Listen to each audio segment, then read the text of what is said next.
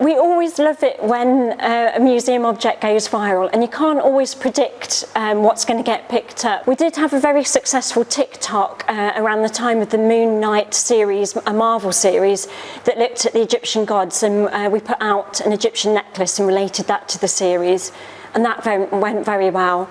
But in terms of more traditional viral things, earlier this year we announced the arrival of the Ogham stone in Coventry, and that was picked up locally, nationally and even internationally in terms of a fascinating item that was found in somebody's garden in Coventry.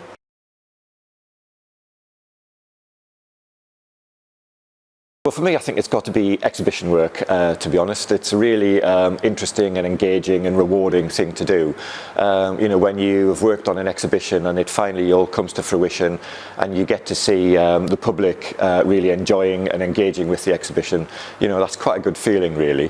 And we've done some really interesting exhibitions over the last few years. I mean, a couple that spring to mind, we did the exhibition about two-tone in 2021, and that was great fun to work on.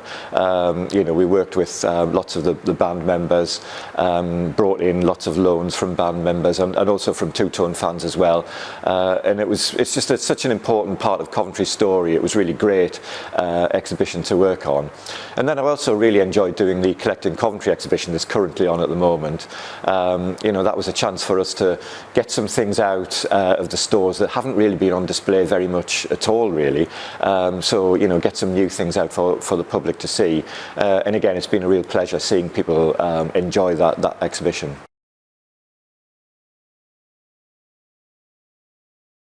So the difference between a curator and a conservator is that we both focus on looking after the collections, but we have different areas of specialisms.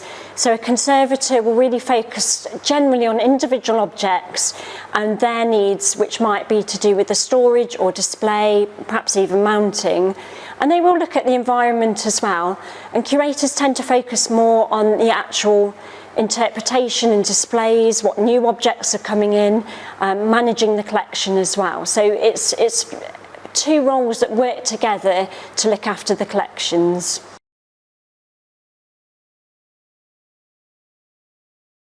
Well, some of the objects in the museum's collection have been collected in ways which we probably wouldn't do today. So things that were collected in the late Victorian period or the early 20th century, when people from this country were going out to different parts of the world and collecting things without really very much reference to the local communities or their wishes.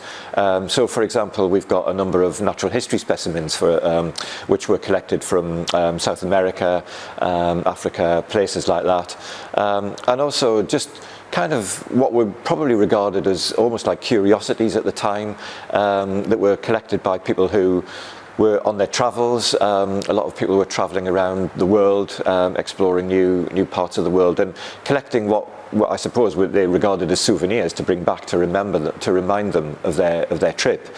But some of these objects, you know, have been taken out of their context, and we don't really know very much about them today in terms of their significance to the local communities. So that's something, that's probably a way of collecting that we wouldn't really do today.